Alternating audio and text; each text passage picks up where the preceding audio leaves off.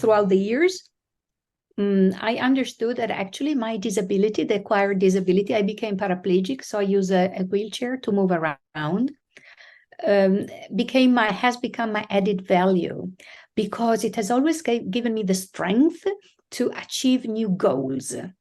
Vision ahead of me was clear, very clear, to become autonomous and independent.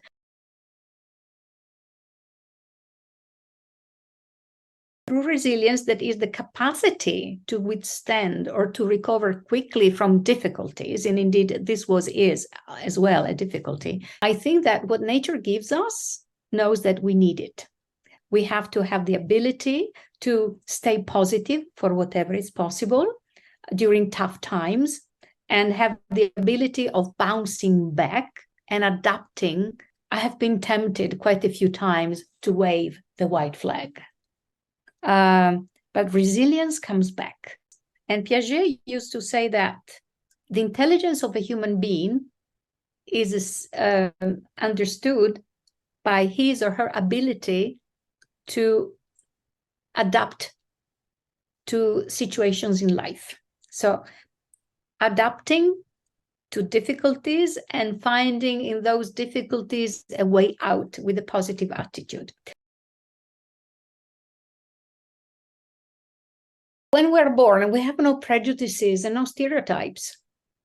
When I go around on my wheelchair, which is, often people say bound to the wheelchair. No, for goodness sake, the wheelchair makes me free. I can move around. So it's the opposite. It's the opposite. When I go around with, sitting on my wheelchair, which is very pretty, petite, nice colors and everything.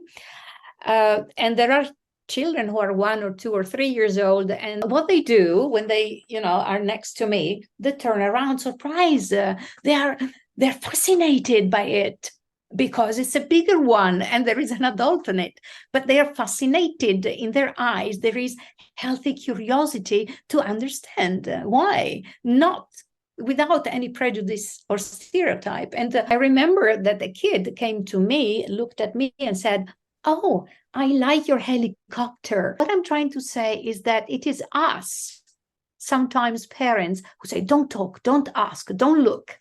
And this is how we start triggering in children the idea that there is something wrong.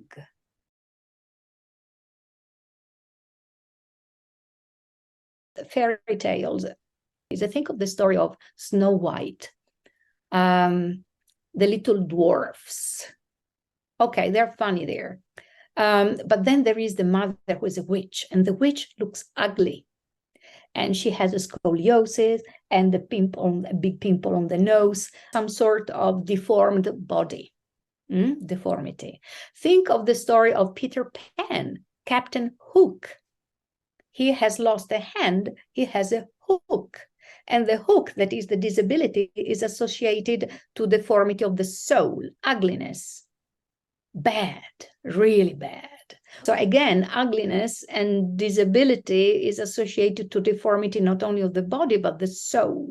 When we tell this story, fairy tales, to our kids, without realizing it, we are instilling in them the concept of fear, ugliness, deformity to be avoided. Is not nice to look at.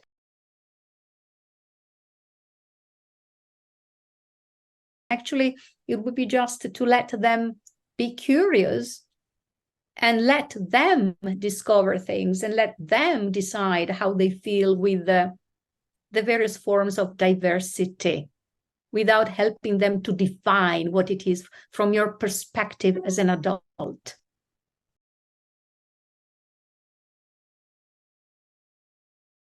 When we are told it can't be done, whatever people tell you, you can't, you cannot. Let's try to focus on what we feel we can. And that helps us to build the resilience, the capacity to withstand even the pressures of the society, and adapting to the environment you are. You can find a way to get through, that is being resilient without giving up, but adapting to the environment where you are, so that you can get through and eventually succeed. In my case, I became paraplegic. I use a wheelchair. You never get used not to walk, but you can accept it. The moment you accept it, you are free. You are free, absolutely free to use whatever you can use and enjoy whatever you can enjoy. Again, you let life show you the way.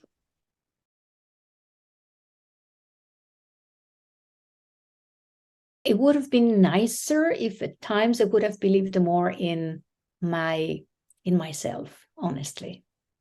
Yes. But we learn with experience, right? Don't doubt about this magnet.